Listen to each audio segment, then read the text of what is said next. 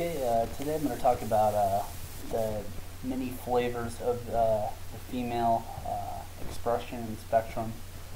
Um, Generally, and this is from, I guess, a male perspective, what's going to be initially attractive to you, what's going to be less attractive initially, but more long-term sustainable emotionally when it comes to the feminine spectrum. Um, and how to be how that whole dynamic works. Um, so this is the spectrum of celebrities, but where they fall along the emotional expression of the feminine. Women tend to be emotionally dominant, which means to say that both men and women are born with rational emotional brains. It's just women tend to be oriented in their rational or in their emotional brains, and just because that's the case, the emotional brain is much more comfortable with fluidity, with variety, with chaos, and whereas the logical mind is more associated with stability um, and rigidity almost. And both have their strengths and weaknesses. But so the reason we're obviously there's all these women are attractive in their own ways, but they're gonna feel more or less attractive to us emotionally um, once the genetic element kind of wears off. Any one of these women show signs of fertility, as far as there's cultural norms of figure, but all, I guess you could say, youthful, symmetrical, and from facial features. They all show signs of attractiveness, but it's important to develop your discernment of what kind of energy you're attracted to, what's counterbalancing, but also everything's going to have its downsides. So how to cope and adjust to that downside, whatever side of the spectrum you choose your committed relationship to. If that's what you choose. So let's just kind of go through the spectrum. Generally, I guess if you were to look at the two poles, it's Carmen Electra, Nora Jones. Both these women, if you just kind of get a sense of them, just get a feel for them. Very different energy that comes from them. Very different personality types. So those would be the two polar extremes. Even like Charlotte and Nora Jones, there's a really strong character contrast. So what this really is the variability within the emotional mind itself. You're going to get extremes of emotional identification and orientation, and then you're going to get more balanced sides of the spectrum. And every woman is generally going to be on that spectrum. Either they're towards bias or balance, you could say. So just going to talk about first the most extreme. Generally, what most men will find most attractive is the extreme initially sexually, is both Samantha and Carmen Electra. What they express on that spectrum is a very strong. They'll emanate strong sexual orientation, but also strong femininity.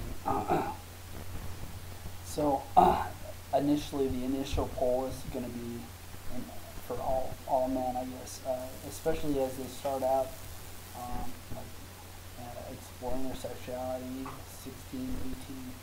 These are the women that they're going to be most pulled to. As you get a little bit more mature, 24 range, I would just guess.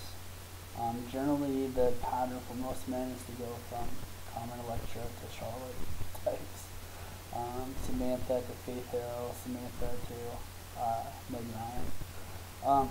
This is just represents a step down from sexual. It's pulling back almost from the sexual expression, but a step up in the trust level. Because of their idealism or whatever their thoughts about purity or whatever their idyllic images, they will tend because of their own self-regulation, they will tend to be there's much more trust there, I guess you could say. Which is important for long-term stability. But a lot of men choose the Charlotte types or the Meg Ryan types just because they're still operating within a polarity, so they still express femininity, but you still have the trust level there. So with those kind of, I guess, feminine-oriented women, but kind of idealistic. They're really lacking on shrewdness. So they're almost like Charlotte would have a horrible BS meter when you compare to the more shrewd Carmen Electra. So in the long term, I guess in the short term, a lot of men are turned on by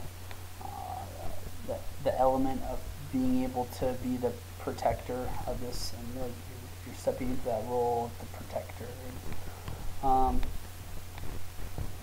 And so a lot of men get a sense of purpose from that, and also there's a sense of certainty that, I mean, if she's relying on you for protection, you feel like a comfort that she has an incentive to stay with you. So that's a dynamic that works in a lot of relationships. But both of them represent a strong polarity. So there's going to be a strong sexual pull initially to both of these, to the extremes. Men get more mature, more observant, more balanced men will tend to be attracted to and attract more balanced women. So it's the girl from House. She's very just mysterious, demure, independent, and independent, I guess you could say, is an ongoing theme of the more balanced types. There's more rational grounding, so communication is going to be much easier between this girl and the Charlotte archetype, just because her brain's her development is not as extreme. So these women on this side of the spectrum are much more alienated from their rational balance, from their inner masculine, really, and so their ability to communicate and the ability to express certain types of stability, I guess you could say, it can be limited. That's something that they have to work on, or you'll be compensating for in the relationship. These women, that initial pull is not going to necessarily be there, but it just depends on where you're at. Every man's different, and everybody's you have extremes of masculinity and more balanced masculinity. So with these types of women, there's more stability. So, but less initial sexual attraction, you could say, emotionally, depending on where you're at in your own identification and grounding in the masculine. But a lot of times the intelligent or independent woman can be a turnoff, depending on what the cultural norms are. But they may not know how to orient themselves to that type of relationship. So with a Charlotte, she's constantly depending on needing of your protection, so that's your role. But Nora doesn't need that. The type of intelligent, independent women don't necessarily need that all the time. Even though you're going to be playing that role every once in a while, but strict dependence on you for that role is not necessary. And this can initially make men insecure. The intelligent, independent woman can make men not only feel insecure because of their independence, but insecure because of they don't see the incentive for them to stay with you. And that's usually and also a lack of a sense of purpose. Like, well, if she can do everything on her own, what's my purpose here? So I guess everybody's needs are different. You can always try to adjust your perspective and just kind of respect that it's a give and take. Like, while she may not be dependent on you, and you may feel that's a downside, the upside to that is she can go out on her own. She can kick ass on her own. So while on one level she's not dependent on you, and you don't necessarily you feel that maybe lack of a sense of purpose. On the other hand, if you can adjust, there's can be an equal benefit. Like, you can potentially get more done, be more productive in these types of relationships. You don't necessarily need to be worried about fixated on meeting her needs all the time. And so, but whichever one you choose. And that's with any choice in life. There's kind of a trade-off, but how you deal with that trade-off, how you cope with that trade-off, adjust for it, adapt for it is that's really the name of the game. So, say you're in a Norah Jones relationship, and what's going to happen is you're going to feel attracted to the rest of the spectrum. How you deal with that, that's up to every man, how he deals with that. I know I have friends at every level of the spectrum. You're going to interact with women at every level of the spectrum throughout your day, but to be able to accept their and be inspired by that, be open to that emotionally, but if your relationship is a closed, I guess, exclusive relationship, to be able to shut down that physical response. You're gonna probably like fantasize or imagine merging with every kind of woman from every kind of spectrum, but you probably just shut down that impulse. But to learn to thread the needle of being open to that attractiveness emotionally and shut it down physically is that's the tantric art. That's what tantra is about. But again, you're going to be always attracted to every source expression of the feminine, wherever your relationship is. Learning how to absorb the benefits of every feminine expression. That's how you develop your emotional mind. And so it's a very powerful practice, but knowing the upsides and downsides and how to cope with that and how to adjust for that, that's powerful.